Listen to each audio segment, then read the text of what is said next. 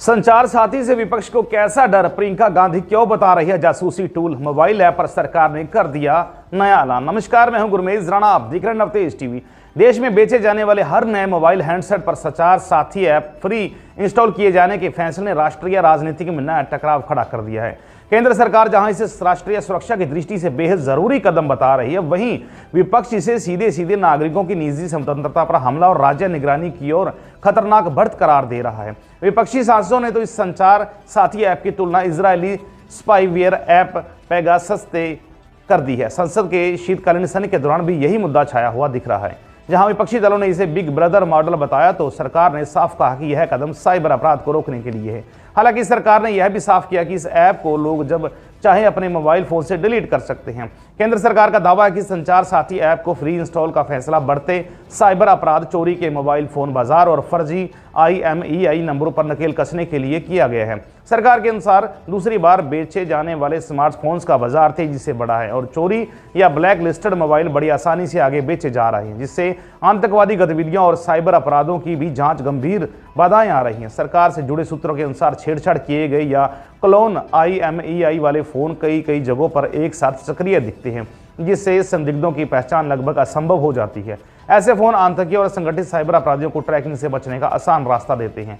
कई मामलों में चोरी किए गए डिवाइस खरीदने वाले आम नागरिक भी अनजाने में कानूनी जोखिम में पड़ जाते हैं। अधिकारियों का कहना है कि संचार साथी ऐप के जरिए IMEI की सत्यता जांची जा सकेगी, चोरी हुए फोन को तुरंत ब्लॉक किया जा सकेगा और गलत तरीके से उपयोग हो रहे उपकरणों पर रोक लगाई जा सकेगी।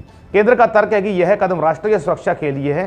कांग्रेस सांसद प्रियंका गांधी वाड्रा ने संचार साथी ऐप को जासूसी टूल बताते हुए कहा कि यह नागरिकों की प्राइवेसी पर सीधा हमला है। उन्होंने कहा कि यह एक जासूसी ऐप है, लोगों को प्राइवेसी का अधिकार है। हर किसी को परिवार, दोस्तों को मैसेज भेजने की प्राइवेसी का अधिकार होना चाहिए। वे इस देश की हर तरह से तानाशाही में बदल रहे हैं। संसद इसलिए काम नहीं कर रही क्योंकि सरकार किसी भी चीज पर बात करने से मना कर रही है।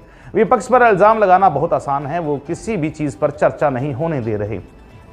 एक स्वस्थ लोकतंत्र चर्चा की मांग करता है। उधर शिवसेना की सांसद प्रियंका चतुर्वेदी ने इसे बिग बॉस सर्विलांस मोमेंट करार देते हुए कहा कि सरकार गलत तरीकों से लोगों के फोन में घुसना चाहती है। उन्होंने चेतावनी दी कि ऐसे प्रयासों का हर स्तर पर विरोध किया जाएगा। वहीं कांग्रेस महासचिव KC वेणुगोपाल ने इस आदेशों को संविधान विरोधी और खतरनाक बताया है। उन्होंने कहा कि बिग ब्रदर हम पर नजर नहीं रख सकता। निजता का अधिकार अनुच्छेद 21 के तहत मौलिक अधिकार है। संचार साथी एक डिस्टोपियन टूल है जो हर भारतीय की हर गतिविधि, हर बातचीत और हर निर्णय पर नजर रखेगा। समाजवादी पार्टी के सांसद हरेंद्र मालिक ने इसे लॉ एंड ऑर्डर की विफलता से जोड़ते हुए कहा कि अगर सरकार साइबर क्राइम रोकने के लिए नागरिकों की निजता से समझौता कर रही है, तो इसका मतलब वह कानून व्यवस्था संभालने में असफल है। संचार साथी ऐप पर क्या कर रही सरकार? विपक्ष के आरोपों के बीच केंद्र सरकार ने साफ कहा कि संचार साथी नागरिकों का कोई व्यक्तिगत डेटा नहीं लेता और न ही किसी प्रकार की निगरानी करता है। यह केवल IMEI को सत्यापित करने, चोरी हुए फोन को ब्लॉक करने और फर्जी डिवाइसेस को नेटवर्क से हटाने का काम करता है। वहीं केंद्रीय संचार व दूरसंचार मंत्री ज्योतिरादित्य सिंधिया ने मंगलवार को स्पष्ट किया कि संचार साथी ऐप इस्तेमाल करना पूरी तरह से वैकल्पिक है और इसे किसी भी समय फोन से हटाया जा सकता है। उधर बीजेपी सांसद शशांक मणि ने इस आदेश का जोरदार समर्थन किया है। उन्होंने कहा कि यह बहुत महत्वपूर्ण कदम है। मैं IIT का हूं, इसलिए समझता हूं कि किस तरह के साइबर अटैक हो रहे हैं। इस पर ऐप से लोगों को सुरक्षा का भाव बढ़ेगा और उनका डेटा सुरक्षित रहेगा। यह नागरिक की डिजिटल सुरक्षा के लिए सही दिशा है। प्राइवेसी से कोई खतरा नहीं है।